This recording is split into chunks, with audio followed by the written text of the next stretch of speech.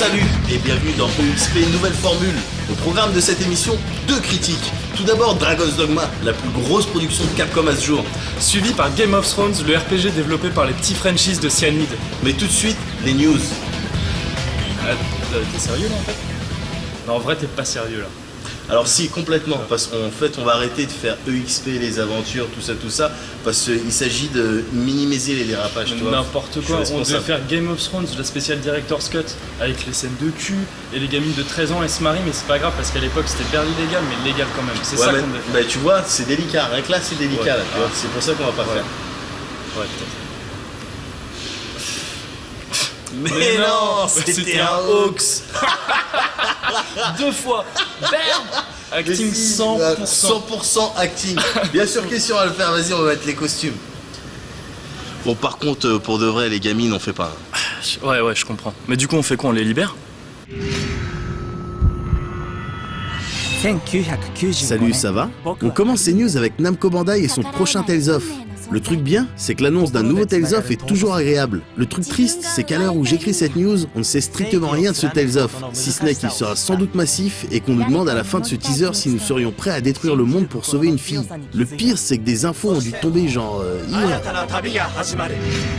On continue avec des images de Persona 4 pour parler de Shin Megami Tensei 4. Bon, on n'avait rien d'autre pour illustrer, désolé. Quoi qu'il en soit, Atlus a bel et bien confirmé le lancement de ce projet, à l'image du site officiel du jeu, qui nous annonce que ça commence. Là encore, on ne sait rien d'autre, si ce n'est que cet épisode sortira sur 3DS. Si cette annonce fait effectivement plaisir, on ne vous cache pas que l'on aurait tout aussi bien aimé un Persona 5. On reste dans l'annonce, avec Mugen Souls qui vient de se voir doté d'une date de sortie aux US. Ce RPG développé par Compile Heart proposera du combat au tour par tour avec des attaques crazy et des dégâts hallucinants. Le tout dans un univers à première vue fucked up qui nous rappelle les Disgaea. Vous incarnerez ici Cho-Cho, une déesse niquée de la tête qui a pour ambition de conquérir les 7 mondes qui composent une petite galaxie. Sorti au Japon en mars dernier sur PS3, ce jeu atteindra donc les States le 18 septembre prochain et on sait d'ores et déjà qu'une sortie européenne est prévue. En revanche, le jeu subira dans ses versions occidentales des petites modifications, ou de la censure si vous préférez, qui s'explique par le caractère un peu grivois de certains éléments. Nous on s'en fout, hein, la PS3 elle est dézonée et on maîtrise complètement le japonais.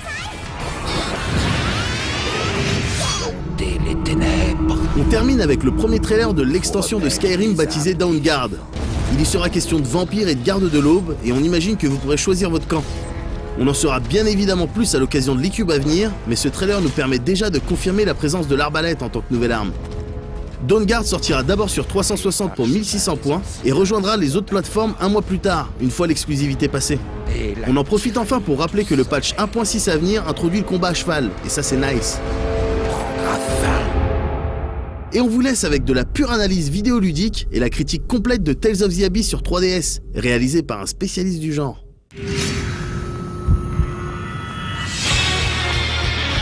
Bonjour, c'est Mickey.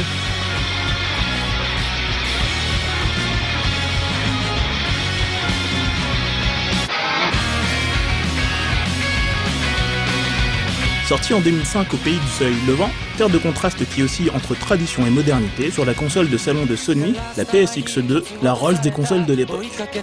Tales of the Abyss est un jeu. Aujourd'hui, c'est sur Nintendo DS 3D sans lunettes, la petite nomade de Nintendo. Histoire. L'histoire de Tales of the Abyss est bien. C'est la suite d'une longue série de Tales of. Les tenants et les aboutissants sont présents, tout comme les antagonistes principaux. On y incarne le héros du jeu dans des aventures. Game System. Au niveau du Game System, ce qui pêche, c'est le gameplay. Un peu en retrait par rapport à la jouabilité, qui, elle, est de bonne facture au demeurant. Enfin, moi je trouve. Après, chacun ses goûts et ses couleurs. Au niveau du système de combat, c'est de la bataille classique, mais efficace au tour par tour dynamique. Au niveau des niveaux, il se gagne de façon traditionnelle. On commence par le level 1, et ainsi de suite.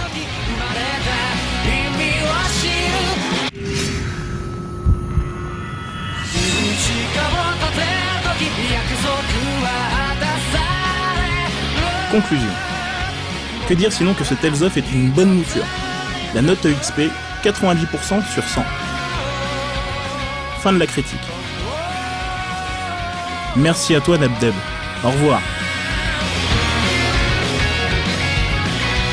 nickel. Je vois pas pourquoi vous galérez les mecs à faire des critiques.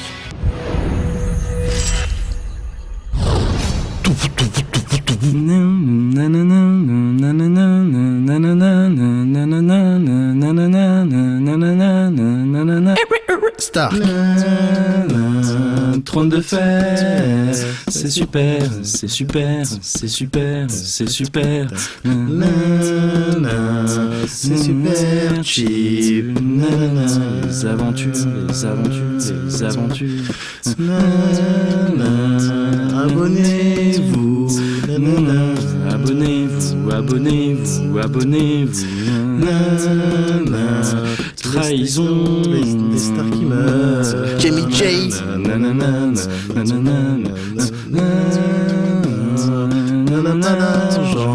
S'il vous plaît, s'il vous plaît, s'il vous plaît, s'il vous plaît. Abonnez-vous. Formule soutien, formule soutien, formule soutien, formule soutien.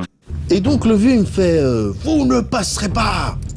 Tiens, je le regarde comme ça, je fais putain déjà mon pote tu t'es complètement planté d'univers, puis en plus faut que t'arrêtes la champ parce que ça devient chaud hein. Et après il me fait quoi? Il me fait guess who's back? It's the Kingslayer, Jamie J. Yeah, you know he's the real player and you know it. Arrête, you arrête, know arrête. it. What? Arrête. Cool, dude. On fait les plans là Trop pour capturer froid, mec. pour capturer Westeros là, vas-y viens, regarde. Alors explique-nous. Alors on disait, moi j'attaque là, et toi t'attaques là. Et je Ouais. pense franchement qu'on devrait y arriver. Non, c'est bien Danny, c'est bien. Attends, mais depuis quand les deux Sraki font la stratégie là?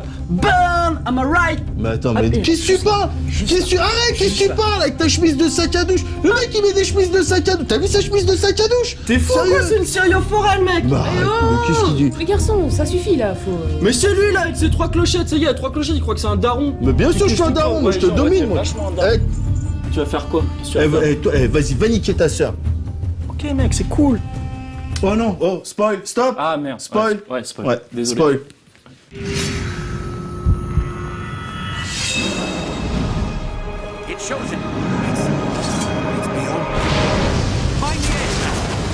Quand Dragon's Dogma s'est pointé dans mon bureau en robe rouge trop glamourousse alors que je noyais comme d'habitude mon vague à l'âme dans le whisky, j'ai tout de suite su que ça serait pas une affaire comme les autres. Vous savez, à force de rouler sa bosse dans ce foutu métier et de voir des trucs que même le dernier des salopards trouverait dégueulasses, on finit par développer une sorte de sixième sens. Appelez ça de l'intuition, de la sensibilité, un don ou tout ce que vous voulez. Moi je l'appelle Cynthia, un prénom digne de ma meilleure alliée. Et Cynthia, dès qu'elle a vu Dragon's Dogma, elle me l'a dit comme ça, fais gaffe old chap, ça sent l'embrouille à plein nez. Des jabs qui essayent de se la jouer à l'occidental, ça cache sûrement quelque chose de pas très propre. Surtout quand ça parle du plus gros budget de tous les temps pour Capcom. Et puis t'as vu ce design tout générique? Non vraiment ça pue partenaire. Et donc moi je l'ai écouté Cynthia. Parce que c'est Cynthia et que je lui fais toujours confiance d'une part, et parce que les premiers trailers du jeu étaient tout moisis surtout. Et donc me voici plongé jusqu'au cou dans une sale affaire dont j'aurais sûrement mieux fait de m'éloigner. Mais celui qui dira que Brett McSteel s'est déjà débiné n'est pas encore né. Ou alors c'est un sacrifice de pute de menteur. Alors malgré les sales vibrations ambiantes, je vais enquêter. Pour la dernière fois, puisqu'il s'agit de mon ultime enquête avant la retraite et la fin de toutes ces conneries. Je devrais être content de pouvoir bientôt tirer un trait sur cette merde. Mais je sais pas, je la sens vraiment, mais alors vraiment pas cette affaire. Putain.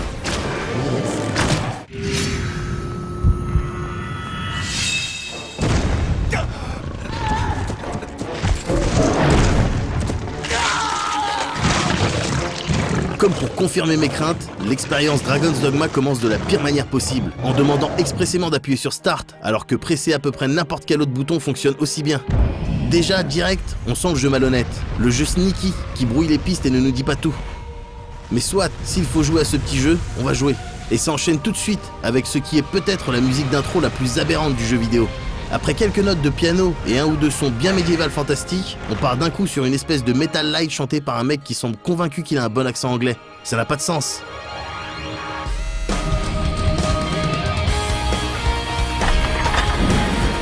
Et du coup, à ce stade-là, Brett McSteel est finalement plutôt rassuré. En fait, cette affaire va être très simple. On est en face d'un sale jeu. Et si c'est toujours regrettable, Brett aime avoir raison. Alors l'un dans l'autre, ça reste plutôt agréable. Les choses commencent cependant à se corser dès la partie lancée. Parce que malgré les repompes assez évidentes, l'intro fonctionne plutôt bien.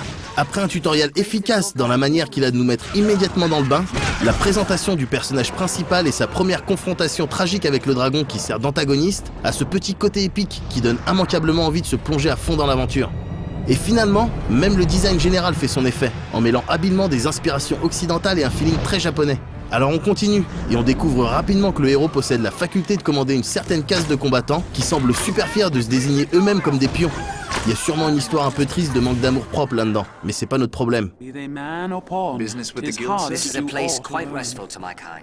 Il se trouve que les mecs se battent plutôt bien, et débarquent à loisir d'une sorte d'univers parallèle. Tout ce qu'il nous faut quand il s'agit d'aller débusquer un gros dragon de bâtard pour rétablir la paix sur le royaume de Grand 6. Mais il ne suffit pas de débarquer comme ça avec sa bite et son couteau épique +4 pour prendre part à la chasse aux reptiles volants. Non, il faudra d'abord se faire connaître et gravir petit à petit les marches de la renommée, pour qu'enfin les plus hautes autorités reconnaissent en notre avatar le véritable élu. L'occasion de se balader un peu partout et de découvrir un monde très typé Heroic Fantasy, avec à peu près tout ce qu'il faut de montagnes, de falaises, de cascades, de ruines et de mines pour exciter le premier aventurier venu. Côté ville, ça reste malheureusement beaucoup plus chiche, puisqu'on n'en compte que 2, dont une dans laquelle on ne reviendra pour ainsi dire jamais après quelques heures de jeu. Mais heck, il y a une grande capitale blindée de NPC prêts à confier des missions, et un bon terrain de jeu pour remplir ces mêmes missions, c'est tout ce qu'on demande. Et donc finalement, Dragon's Dogma s'amorce plutôt très bien. Merde, Dragon's Dogma, tu serais donc pas la dope que je me plaisais à avoir pressenti? Pas cool.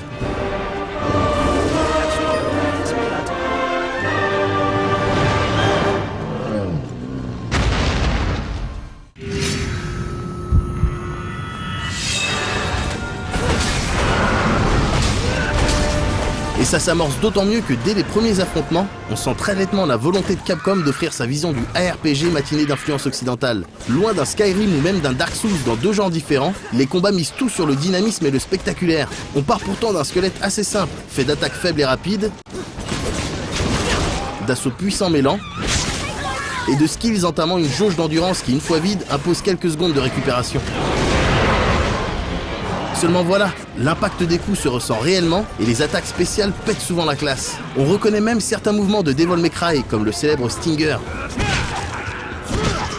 La possibilité d'attraper les petits ennemis ou de s'accrocher aux plus gros pour laisser le soin à ses coéquipiers d'en profiter, la localisation des dégâts sur certaines bêtes massives,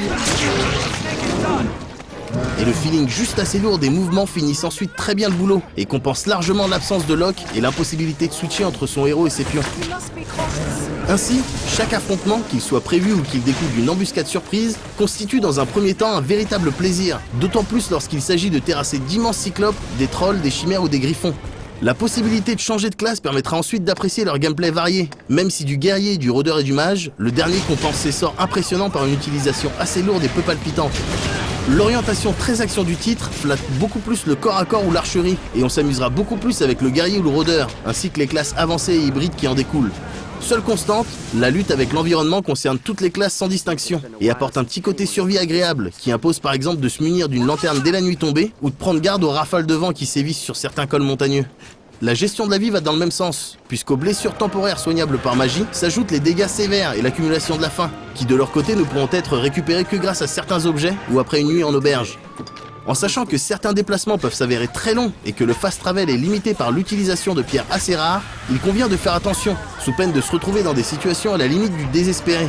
D'autant qu'il ne faut pas vraiment compter sur ses équipiers pour aider autrement qu'en combat, puisqu'à part le pion principal et personnel créé en début d'aventure, les autres sont empruntés à d'autres joueurs ou générés aléatoirement par le jeu. Ils apparaissent alors sous une forme et des caractères prédéfinis, ne gagnent pas d'expérience et se comportent de manière finalement assez autonome. Ils pourront toutefois s'avérer utiles grâce aux connaissances accumulées auprès des autres joueurs qu'ils n'arrêteront pas de ressasser. C'est marrant au début de les entendre parler spontanément d'une quête en cours ou de signaler le point faible d'un ennemi, mais ça devient vite chiant, au point d'avoir envie parfois de devenir ce genre de connard qui répond l'inverse de tout ce qu'on lui dit en rajoutant des sales dé avant. Genre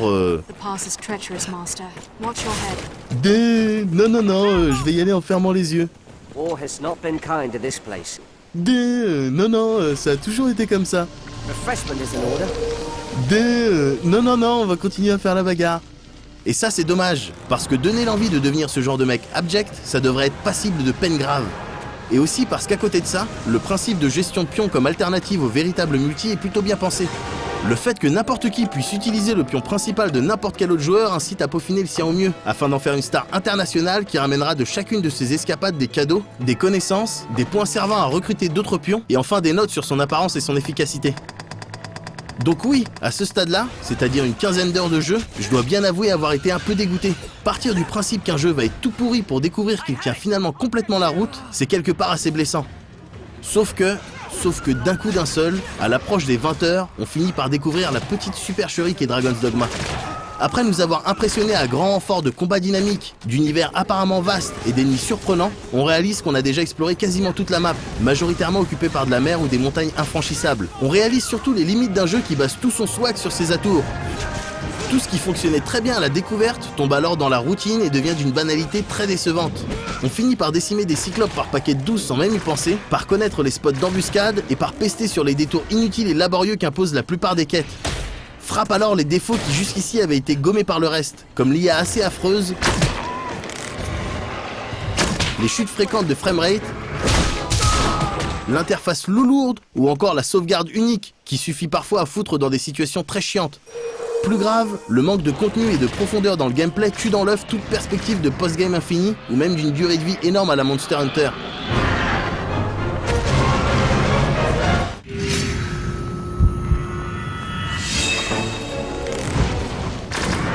Et c'est finalement la comparaison avec Monster Hunter dont Dragon's Dogma souffre le plus. Alors qu'on pouvait l'attendre comme une version plus moderne et spectaculaire de la série à succès de Capcom, il en est finalement qu'une version light, qui mise tout sur les formes et s'étiole finalement assez vite. Une version qui va lorgner du côté des standards du RPG occidental pour en prendre quelques bons côtés, mais aussi les mauvais. Si bien que finalement, le jeu apparaît comme un mash-up pas très fin de tout ce qui a pu marcher ces dernières années. On s'y amusera sans aucun doute durant quelques bonnes dizaines d'heures, mais sans scénario puissant, ni gameplay profond ou contenu énorme, Dragon's Dogma n'a pas l'étoffe des grands titres qui marquent. Certainement pas l'étoffe de ce qu'on pouvait attendre d'un titre annoncé comme le projet le plus ambitieux et le plus coûteux de Capcom en tout cas. Mais le pire dans tout ça, c'est que ce n'est clairement pas un mauvais jeu non plus, et que Cynthia s'est donc carrément plantée. À quelques jours de la retraite, il fallait que toutes mes convictions soient remises en question. Chier.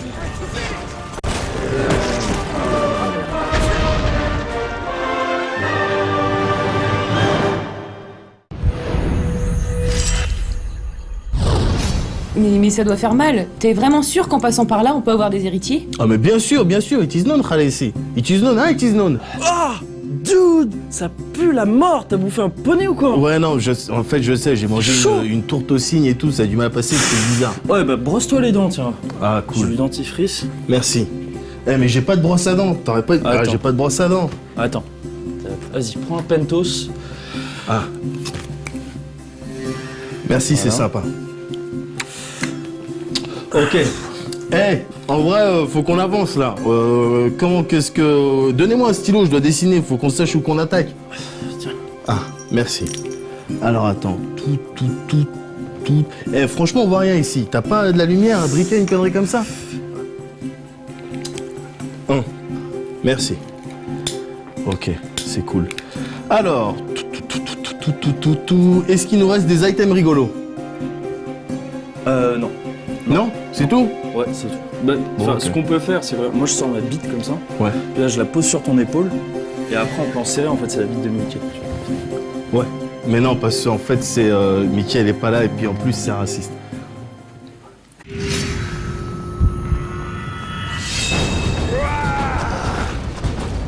Comme vous vous en doutez, le Role-Playing Gang était particulièrement impatient de mettre la main sur Game of Thrones, le RPG. Cela fait effectivement plusieurs mois qu'on vous en parle, à base de news et de reportages massifs dans le dernier EXP par exemple. C'est donc avec de l'enthousiasme, mais aussi beaucoup de recul, que je me suis lancé dans ce jeu qui, de par la licence qu'il exploite, se doit d'être juste irréprochable. En tout cas à mes yeux. Et je vous cache pas que je me suis chopé une sale conjonctivite. Oh shit.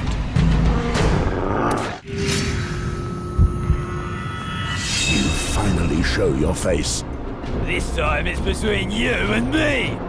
Kill the boy! Pourtant, l'histoire de Game of Thrones, le RPG, part sur des bases saines. Les événements se déroulent peu de temps avant la mort de Jon Arryn, la main du roi Robert Baratheon, alors que les conflits s'apprêtent à éclater pour le contrôle des 7 couronnes et que la menace des sauvageons et du reste commence à se faire ressentir au nord. I'm going to bleed you, old man! Vous incarnez à tour de rôle 2 personnages. Tout d'abord, Morse Westford, un patrouilleur de la garde de nuit définitivement confirmé qui devra faire face aux problèmes liés à la vie au mur. Vous devrez donc gérer les baisses de morale, les désertions et autres intrusions de sauvageons, le tout dans un contexte politique qui commence à se tendre.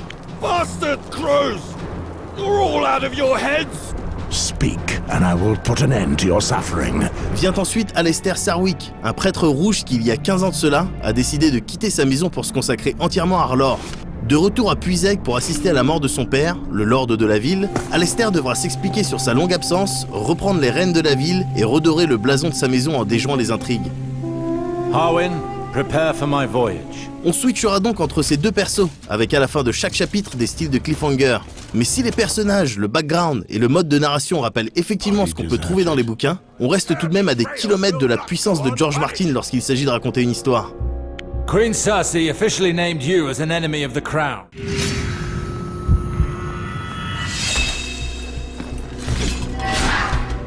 On a là affaire à du RPG old school, avec cet enchaînement classique de phases de scénar suivi d'un peu d'exploration et de combat qui mène à une autre phase de scénar et ainsi de suite.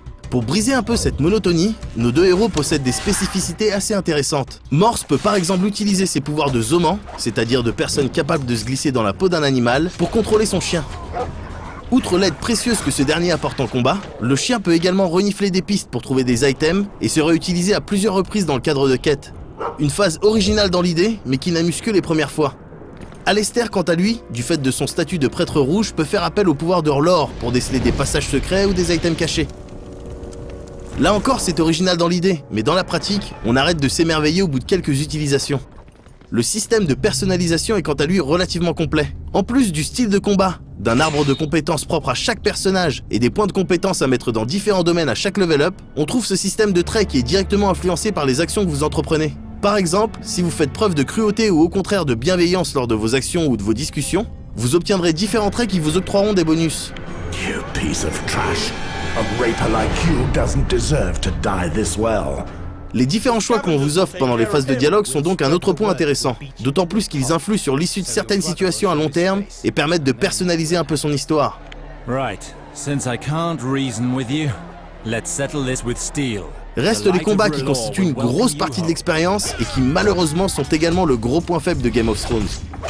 Les joueurs ayant traîné sur du KOTOR ou du Dragon Age Origins ne seront pas déstabilisés puisqu'il s'agit ici d'un style de tour par tour à base de charge, avec des séquences d'action à rentrer, un principe d'endurance et la possibilité de ralentir l'action afin de faire les choix stratégiques qui vont bien. Mais la lourdeur et la répétitivité des combats ne donnent vraiment pas envie d'aller plus avant dans la stratégie, et ce malgré ces principes de malus infligé, de style de combat et de type d'armes et d'armure. À cela s'ajoute la monotonie des situations que le jeu vous propose. On a souvent affaire au même pattern d'ennemis, et même si vous êtes la plupart du temps accompagné de guests, on regrette vraiment que ces derniers ne soient pas en mesure d'utiliser par eux-mêmes leurs compétences. D'une manière générale, on prend beaucoup de déplaisir à se battre. Un feeling accentué par le ridicule de certaines situations, comme lorsque vous faites face à un archer par exemple, qui continuera bêtement à vous remplir de flèches alors que vous êtes au corps à corps depuis Zion.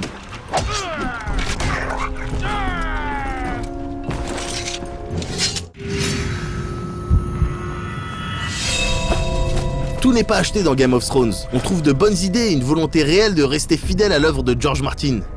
Simplement, je fais partie de ceux qui accordent beaucoup plus d'importance au gameplay qu'à la dimension narrative dans un RPG. Si on veut une belle histoire, on n'a qu'à lire un bouquin ou regarder un bon film.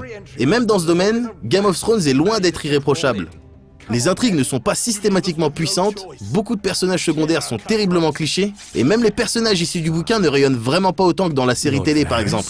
It is too bad these surroundings are not as pleasant as our last encounter. Aussi, la réalisation aussi entre le tout à fait correct et le scandaleux, à base de murs invisibles et de gestion de collisions à la ramasse. On trouve même des bugs redondants comme le fait de ne plus avoir le contrôle de son personnage lors d'un combat. Les die-hard fans de la série qui ne sont pas trop exigeants pourront peut-être se faire plaisir durant la vingtaine d'heures que le jeu propose. Mais Game of Thrones possède beaucoup trop de points négatifs qui, malgré l'amour que l'on porte à cet univers et toute la sympathie que l'on a pour l'équipe, nous obligent à vous inviter à esquiver ce titre comme un danseur d'eau esquiverait un vicieux coup d'estoc.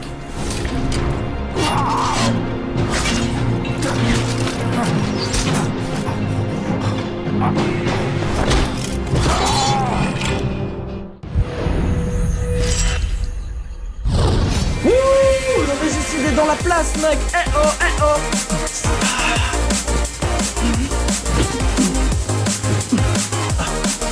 Ah mais laisse tomber, comment il est pourri le son. Non. Ouais, c'est clair. Ah mais le régicide arrive trop pas à se caler sur ce beat pourri, mec. Non mais sérieux, on dirait que les DJ du Phrase, c'est pas leur métier quoi. Ah mais grave, viens on se casse. Vas-y, mais je te dis, on aurait dû aller chez Théon. Ouais, ouais. Il a ouvert un bar à Grand Pic là, tu connais le nom du bar? Ouais. Ouais. Ouais, le bar, attends. Non. Ça s'appelle le pitch fit. Non mais puis je veux dire un mariage arrangé à notre époque, mais non mais juste allô la terre quoi, on est encore chez les Andales ou quoi. Non mais dis pas ça Rob. Mais Chain, mais tu sais, je la connais même pas cette meuf, je sais que c'est une vraie mais ça s'arrête là. Je veux dire, ça se trouve elle est trop moche, ça se trouve elle est trop conne, ça se trouve elle est maigre et ça tu sais c'est pas bon pour enfanter. Et puis je me sens bien avec toi. Rob, moi aussi je me sens bien avec toi mais tu sais bien que... Mais non mais on a trop de points communs en plus. Je veux dire, on lit les mêmes parchemins, on écoute les mêmes ménestrels. Tu sais, je pense qu'on pourrait vraiment construire quelque chose de sérieux, toi et moi. Je te parle, je sais pas, d'un petit castel dans le Nec, un loup qui joue dans le jardin, 3 gamins dont au moins un qui survit. Je veux dire, tu vois, tu sens quand même qu'il y a quelque chose. Et puis en plus, je suis le roi du Nord, je fais ce que je veux, les parents ils comprennent rien.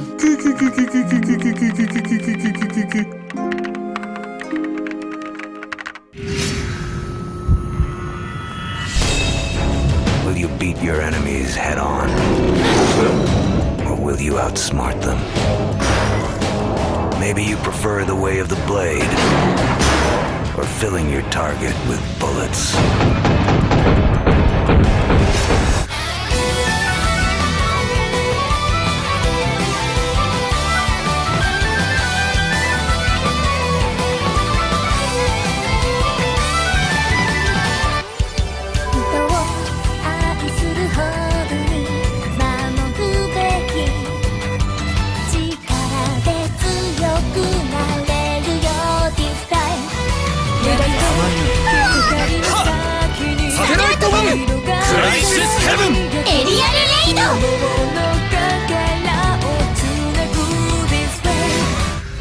ポケモンの持つ可能性を認め、人間から解放すべきだと私はそうは思いません。よ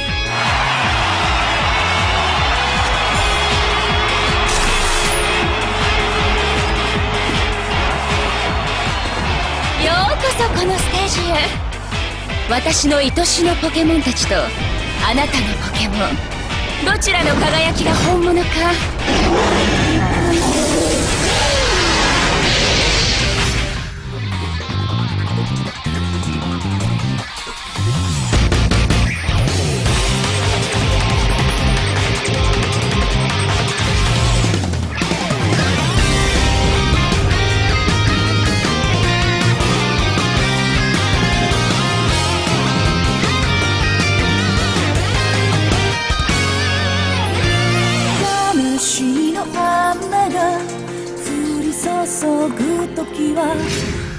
つなごうとした指は空振り、掴んだ風はあの日と同じ匂いがした。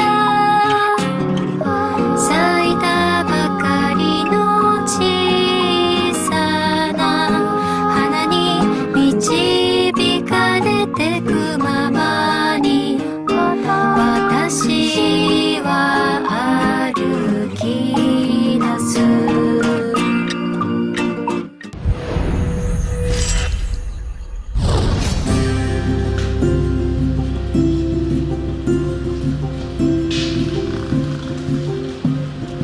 Excusez-moi, jeune courtisane. Je gage que vous ne seriez pas contre gagner quelques dragons d'or facilement. Dites-moi, jeune courtisane, pourriez-vous attester de votre âge? Bien sûr, tout à fait. Oh, 18 printemps. 18 printemps, hier, tout juste. Et les dragons d'or que vous m'aviez promis, sir? Oui, oui, tout de suite, jeune courtisane. Ya!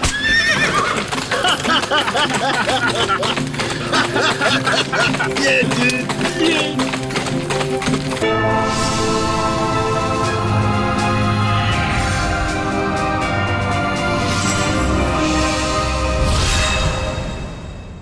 Putain, Podrick, là, je viens de recevoir un message de mon père, là, je dois le recontacter à tout prix, là, fait chier.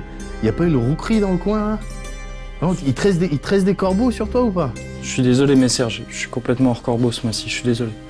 Oh putain, fait chier. Pardon, je suis désolé. Mais prenez mon smartphone sinon, mais Serge. Ah ouais, merci.